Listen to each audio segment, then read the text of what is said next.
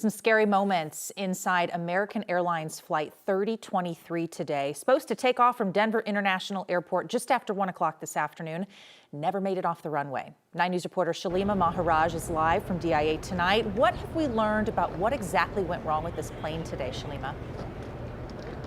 Well, at this point, it appears at least one of the wheels came away from the plane. It's what we saw in video that was shared with us.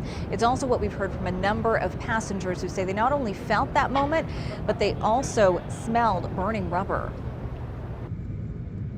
An American Airlines flight with 179 people on board falters on the runway at Denver International Airport. About halfway to takeoff speed, we hear a big bang and a pop.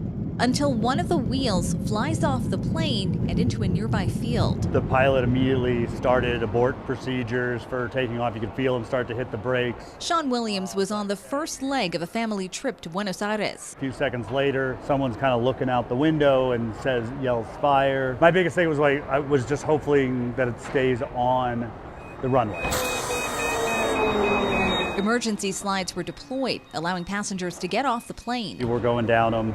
I mean, even when I was out on the wing, I started to see a fire engine spraying the tire and everything. American Airlines tells 9 News one passenger was taken to the hospital with a minor injury.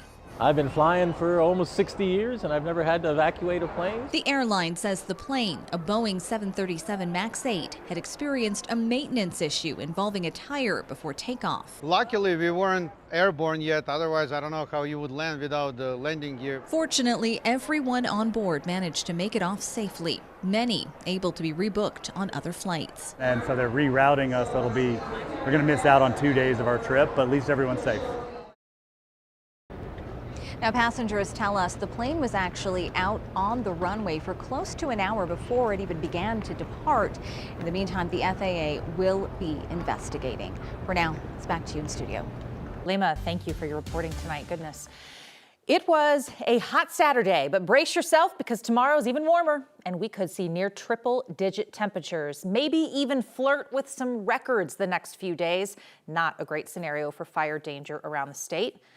Jaden Knowles joining us this evening to talk about that forecast and, again, the potential to reach close to some records this weekend. Yeah, that's right, Jenny. Specifically on tomorrow and on Monday that we could be, like you mentioned, flirting with that record, especially on Monday because that temperature, or that high, I should say, is 100 degrees. The forecasted high 99. Tomorrow, 96. So yeah, it's heating up. So far, temperatures still on the warm side this evening, the low to mid 80s across the region and across the state. You can see for the eastern plains, the upper 70s, low 80s, high countries, 70s and 60s, and then the western slope, the low 80s.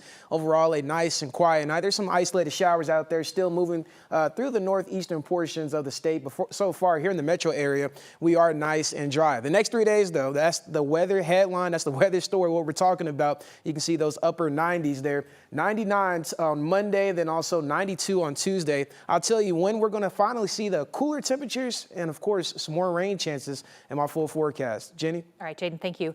Firefighters are gaining ground on several wildfires that are burning around our state, specifically on the western slope. The state's largest wildfire is nearly halfway contained now, the Turner Gulch Fire, about 19,000 acres in size. That's roughly 30 square miles.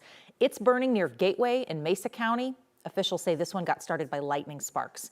And burning nearby is the Wright Draw Fire. That one's more than 90% contained. Quite a bit smaller, just a little less than 500 acres. Further east, firefighters are battling the Sow-Belly Fire. For more than 2 weeks now, that one's been burning across 3 counties, Mesa, Delta, and Montrose. Thankfully, it's 95% contained. It's burned about 3.5 square miles. Now, these are just some of the fires, the biggest ones, at least, burning in our state. If you're looking for information on others or just kind of like a collective info tab on fires, go to our website, 9news.com. This weekend, we are getting our first look at what could be a game changer in the fight against wildfires. And the man leading the mission lives right here in Colorado. A new satellite designed to detect wildfires just started sending back its first images. That satellite, launched by a nonprofit called Earth Fire Alliance. It can spot fires from 370 miles above the earth, even smaller ones that are smaller than a classroom.